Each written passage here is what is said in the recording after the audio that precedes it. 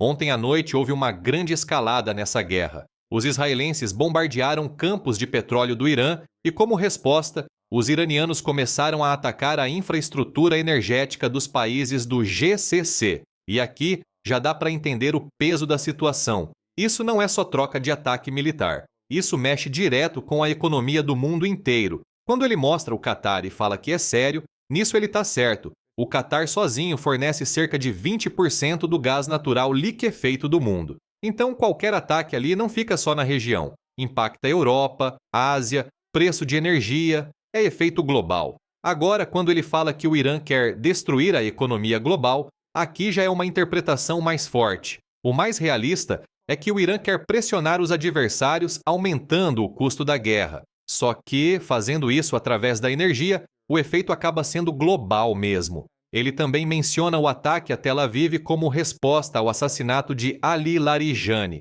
E isso é padrão de guerra. Um lado elimina a liderança, o outro responde mais forte. O problema é que isso quase sempre piora o conflito, não resolve. Sobre as ogivas de fragmentação, ele diz que são praticamente impossíveis de parar. Não é bem assim. Elas são difíceis de interceptar, sim, mas Israel tem sistemas de defesa bem avançados. Então não é que não dá para defender, só fica mais complicado. Quando ele fala que não tem muitas imagens porque está sendo censurado, isso pode até acontecer, mas também pode ser só falta de confirmação. Esse tipo de argumento sempre precisa de cuidado. Aí vem uma parte interessante. Ele questiona por que Israel não tenta parar a guerra logo, já que está sendo atingido. Só que guerra não funciona assim. Muitas vezes, continuar parece menos arriscado do que recuar. Depois ele entra na questão religiosa, dizendo que alguns grupos estão até animados com a guerra por causa da vinda do Messias. Isso existe, mas é importante entender que são grupos específicos, não representa todo mundo. E isso leva ao ponto central dele, que essa guerra não pode ser analisada só pela geopolítica, mas também pela escatologia. Isso tem um fundo de verdade, porque crenças influenciam decisões, mas não é o único fator. Poder, estratégia e economia continuam sendo os principais. Quando ele fala que os dois lados estão com objetivos máximos, aí sim faz sentido. Não é mais uma guerra limitada.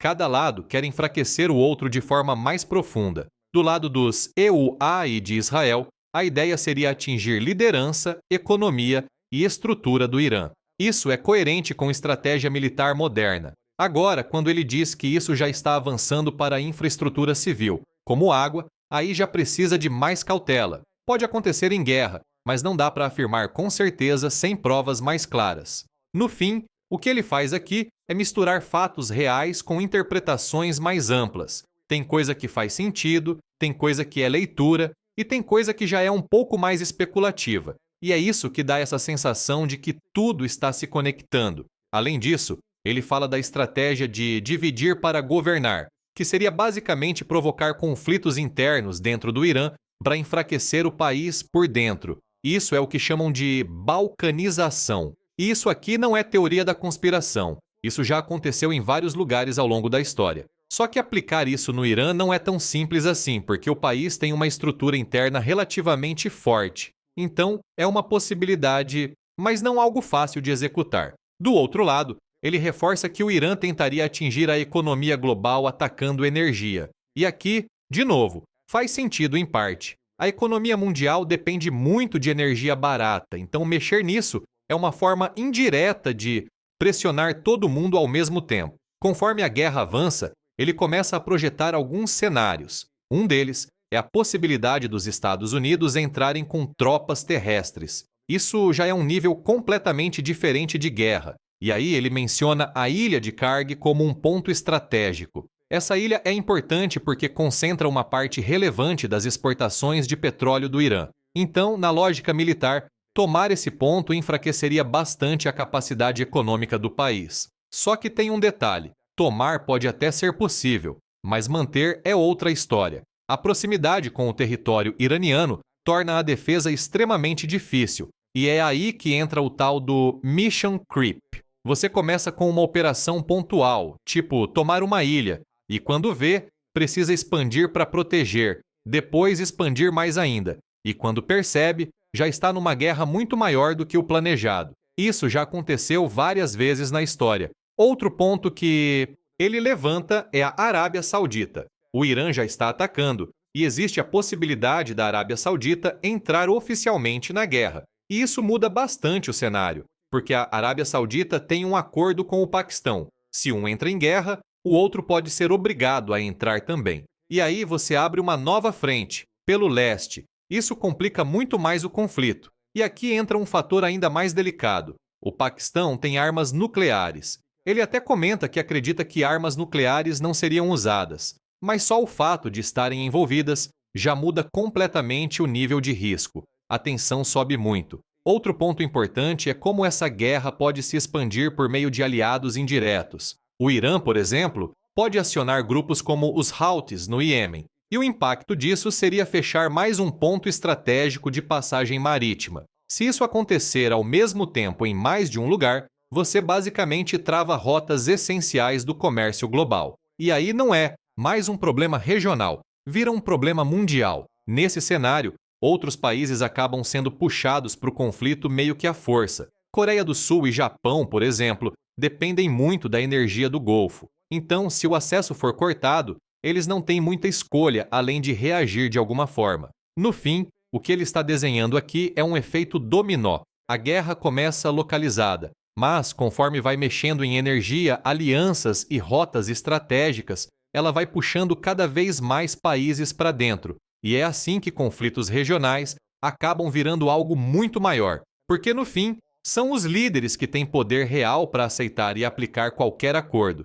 E esse é o primeiro ponto. Sem liderança, não existe negociação funcional. Agora vem a parte mais perigosa disso tudo. Quando você elimina um líder, você abre um vácuo de poder. E em cenário de guerra, esse vácuo não é preenchido pelo mais racional. Geralmente é ocupado pelo mais agressivo, o mais radical, o que promete resposta mais dura. Então, o efeito não é enfraquecer o inimigo, é tornar ele mais imprevisível e mais violento. E isso gera duas coisas ao mesmo tempo: bagunça interna e escalada externa. Internamente, começa a disputa por poder. Externamente, a resposta tende a ser mais extrema. E aí você entra num ciclo que começa a sair do controle. Por isso que, historicamente, países evitam ao máximo sair eliminando líderes de outras nações. Não é por ética, é por estratégia mesmo. Porque no momento em que você faz isso, você basicamente fecha a porta para qualquer negociação futura. E quando não existe mais saída negociada,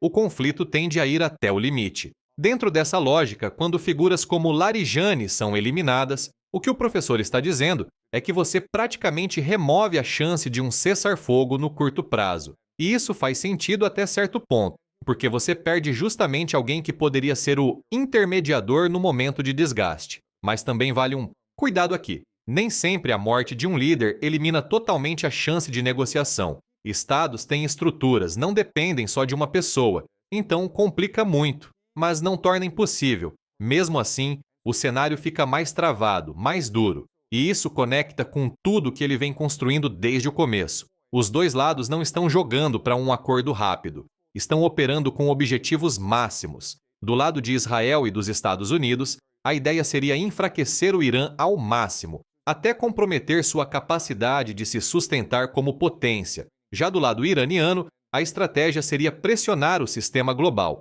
principalmente pela energia, para forçar uma mudança maior no equilíbrio de poder. Ou seja, não é mais uma guerra com objetivo limitado, tipo ganhar território ou resolver um conflito específico. É um confronto onde cada lado quer mudar o jogo inteiro. E quando você entra nesse tipo de guerra, o padrão muda. Ela deixa de ser rápida, deixa de ser controlada e começa a se estender, ficando mais intensa e mais difícil de encerrar. Então, dentro dessa lógica que ele está apresentando, o cenário mais provável não é um acordo próximo, é uma escalada contínua, até chegar num ponto crítico onde alguém é forçado a recuar, ou onde o custo fica insustentável para todo mundo.